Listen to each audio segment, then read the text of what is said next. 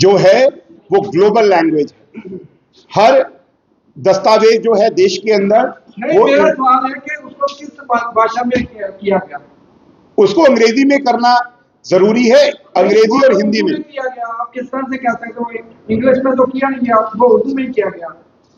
मैं समझा दूं, जो भी डिजिटलाइजेशन रिकॉर्ड उसको उर्दू में किया गया, ना कि हिंदी में या इंग्लिश में। डिजिटलाइजेशन तीनों भाषाओं में, क्योंकि डिजिटलाइजेशन के साथ साथ ट्रांसलेशन भी हो रही है।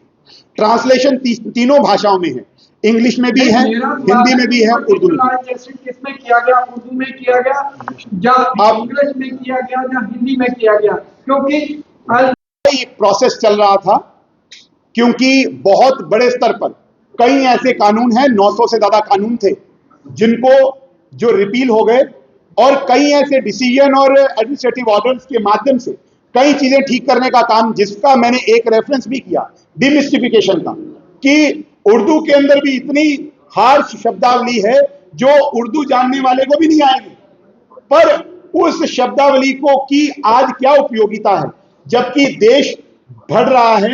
एक समय था कि लेजर के माध्यम से बैंकों में काम किया जाता था। जब कंप्यूटर का आविष्कार, जब कंप्यूटर का प्रयोग में आया और कंप्यूटर जब बैंकिंग सेक्टर में आया, तो सारा सिस्टम ऑनलाइन हो गया। आज आपके मोबाइल पे एक क्लिक पे आप अपने अकाउंट का स्टेटमेंट चेक कर सकते हैं, अकाउंट्स की डिटेल्स चेक कर सकते हैं, आप पैसे एटीएम से निकालते हैं, आपके मोबाइल पर मैसेज आता है। तो जब सब चीजों में हम आगे बढ़ रहे हैं, तो इन चीजों में हम आगे क्यों नहीं बढ़ रहे, और हम क्यों इतने ज्यादा इस विषय के साथ जुड़े हैं कि उर्दू ही कंपलसरी चाहिए?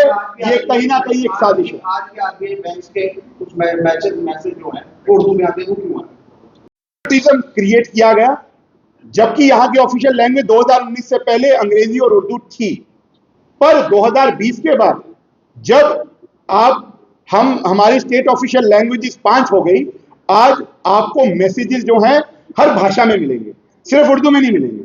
ठीक है, उर्दू में हमारा उर्दू से कोई प्यार नहीं है, उर्दू में हो बहुत अच्छी बात, पर उसका यह मतलब नहीं है कि हम बाकी भाषाओं को छोड़ देंगे जो हमारी स्टेट की ऑफिशियल लैंग्वेजेस है। मेरा उर्दू से कोई मतभेद नहीं है, ना मनभेद है। मेरा मनभेद केवल इस चीज से है, इस सरकार की ज़हनियत और उसकी नीयत से है कि जिसने उर्दू को कंपलसरी करके एक बहुत बड़े स्तर पर नौजवान को 70 से अधिक प्रतिशत नौजवान को इस रिक्रूटमेंट से बाहर रखने की साजिश है। मेरा मतभेद उस चीज से। नोटिफिकेशन भी करना जरूरी था, बिकॉज एलजी शासन के अंदर एक ऑर्डर पारित हुआ कि ये जो उर्दू रेवेन्यू रिकॉर्ड के लिए इस्तेमाल होती है, ये फारसी से प्रेरित है और इसमें फारसी के शब्द ज्यादा हैं जो बड़े बड़े कॉम्प्लेक्स हैं। एक छोटा सा मैं उसी का जवाब दे रहा हूं। मुझे लगता है आप भी अपने सवाल में स्पष्ट नहीं है, आप पहले मेरा जवाब सुन लीजिए।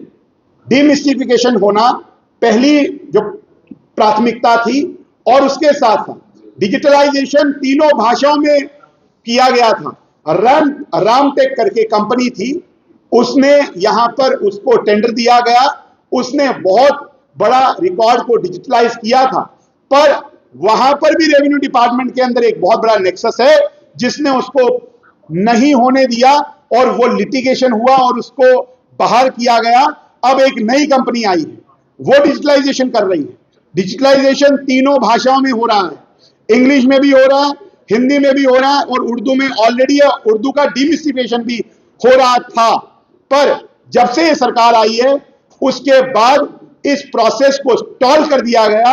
इस प्रोसेस की ओर कोई भी ध्यान नहीं है इस सरकार का, बिकॉज वो अपनी ज़हनियत से और मंसूबे लेकर के आए हैं। उनके जो एजेंडाज हैं वो कहीं ना कहीं पोषित करते हैं करप्शन को, वो कहीं ना कहीं पोषित करते हैं अलगाव और सेपरेटिज्म को, वो कहीं ना कहीं पोषित करते हैं एक कम्युनल बेस्ड एजेंडा को।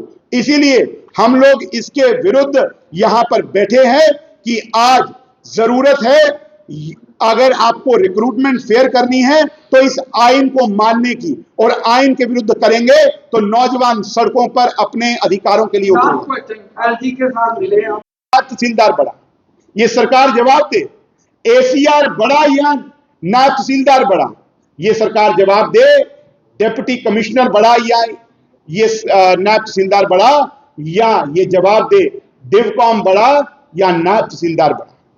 जब ये सारी पोजीशंस के अंदर जब उर्दू मैंडेटरी है क्योंकि उनके कामकाज में उर्दू लगती है, जब वो लोग परीक्षाओं में उत्तीर्ण होने के बाद अगर उर्दू के एग्जाम को क्वालिफाई कर सकते हैं तो नौजवान क्यों नहीं कर सकता? उनको सिलेक्शन प्रोसेस के अंदर ही क्यों बाहर करने की साजिश? जब ऑल इंडिया सर्विसेज के कोई व्यक्ति यहां पर जम्मू के अंदर डिप्यूट होता था 2019 से पहले, उसको उर्दू का एग्जाम कंपल्सरी पास करना पड़ता था।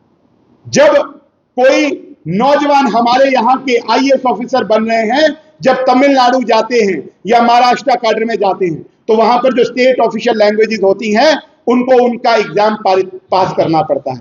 पर आप उसको पहले दिन से बोलेंगे कि तमिल आएगी तो तुम्हें तमिलनाडु का काडर मिलेगा, तो वो पहले दिन से फेल हो जाएगा।